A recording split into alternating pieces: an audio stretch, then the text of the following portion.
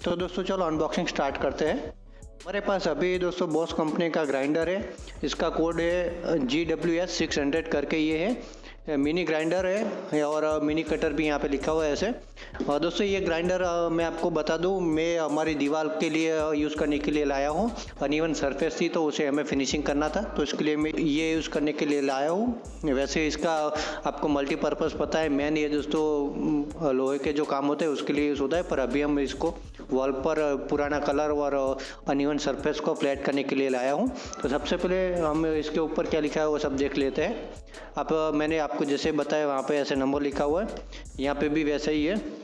यहाँ पे इसकी प्राइसिंग वगैरह लिखा हुआ है, आप शायद देख सकते हो।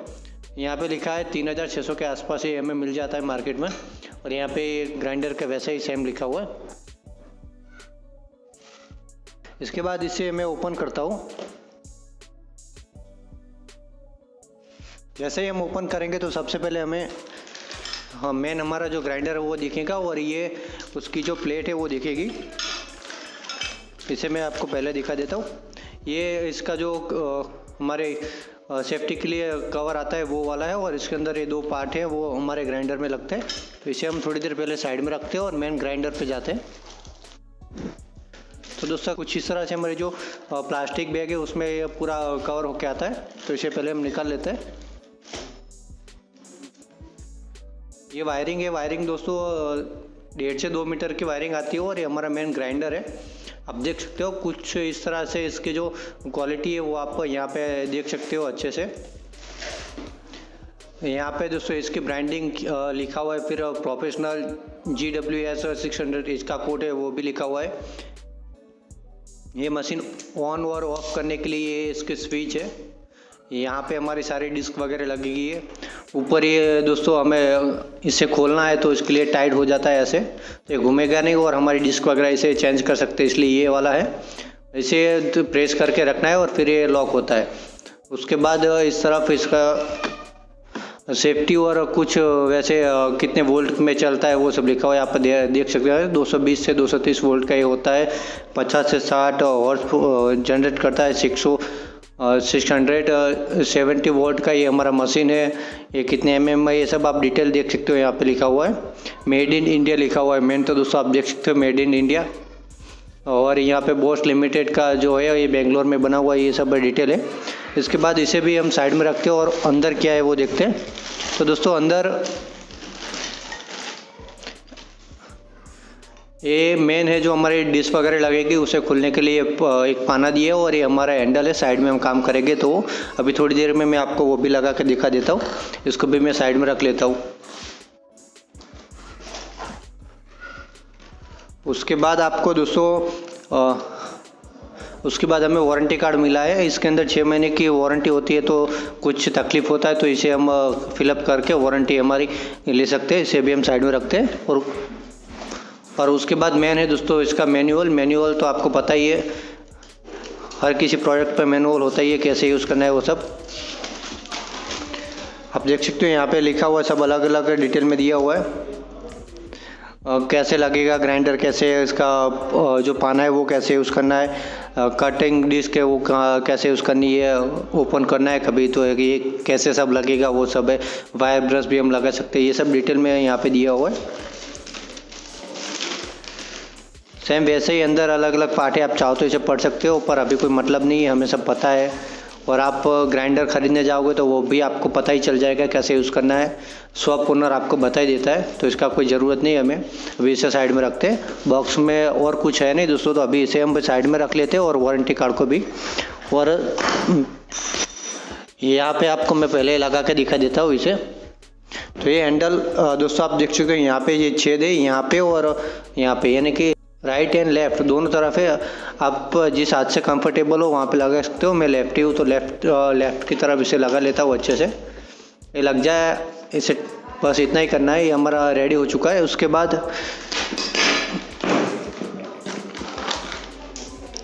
ये दो पीस दोस्तों में कभी कटर वगैरह यूज़ करे तो उसके लिए यूज़ होगा। यहाँ पे ऐसे लगेगा और इसके ऊपर हमारी जो कटर डिश है वो लगेगी, और ये लास्ट में उसे टाइट करने के लिए यहाँ पे ऐसे लगेगा।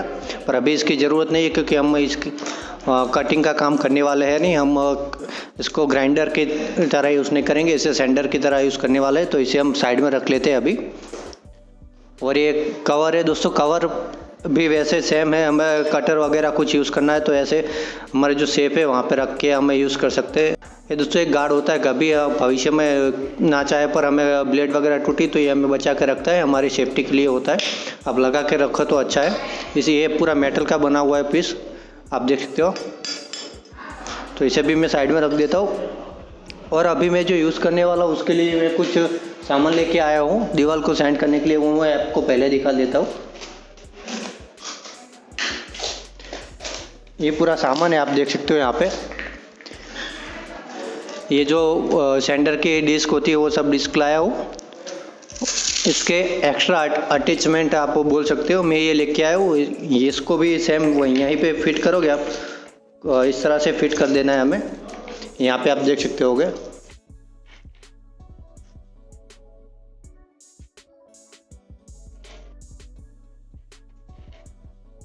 बस ऐसे। और ये पीछे वाला बटन है उसे प्रेस करके रखो तो ये टाइट हो गया। इसके ऊपर हमारी ये वाली डिस्क लग जाती है, आपको पता है कैसे लगाना है, सेम टू सेम कंडीशन में ऐसे लगा दोगे तो ये एज ए हमारा सैंडर रेडी हो चुका है दीवार पे घिसने के लिए, आप देख सकते हो।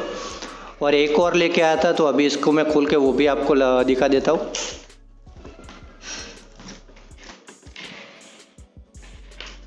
इसे मैं रख देता हूँ। ये वाला डिस्क लेके आया था मैं, और उसके लिए ये अलग से ये वाली पिन है ये लेके आया था ये दोस्तों। और रफ पेपर लेके आया हूँ, आप देख सकते हो। वैसे ये आपको देख सकते हो 24 नंबर का लेके आया हूँ। ये दोस्तों मेरी जो भी कितने भी अनइवन सरफेस है इसे मैं ग्राइंड करने के लिए लेके आया हूँ। इसकी मदद से हम पहले ये वाली सरफेस है उसे लगाएंगे और फिर कुछ इस तरह से हमें ये डिस्क को भी यहाँ पे फिट करनी है। और ये वाला पार्ट है अलग से लेना पड़ता है, इसके साथ नहीं आता है। ये पूरा अभी जो मैं एसेसरीज अलग से लेके आया वो सब हमें अलग से लेनी पड़ती है, ग्राइंडर के साथ अवेलेबल नहीं होती है। इसे भी कुछ इस तरह से हमें टाइट कर देना है।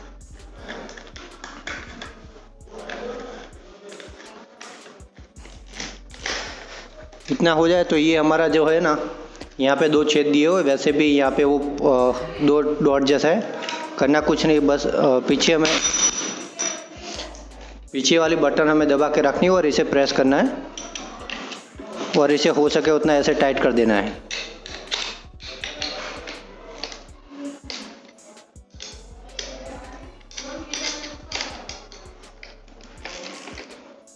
तो दोस्तों हमारा रेडी हो चुका है। अब इसकी मदद से हम आपको बताएंगे अभी थोड़ी देर में कैसे सरफेस अनइवन है उसे रिपेयर कैसे करना है वो सब।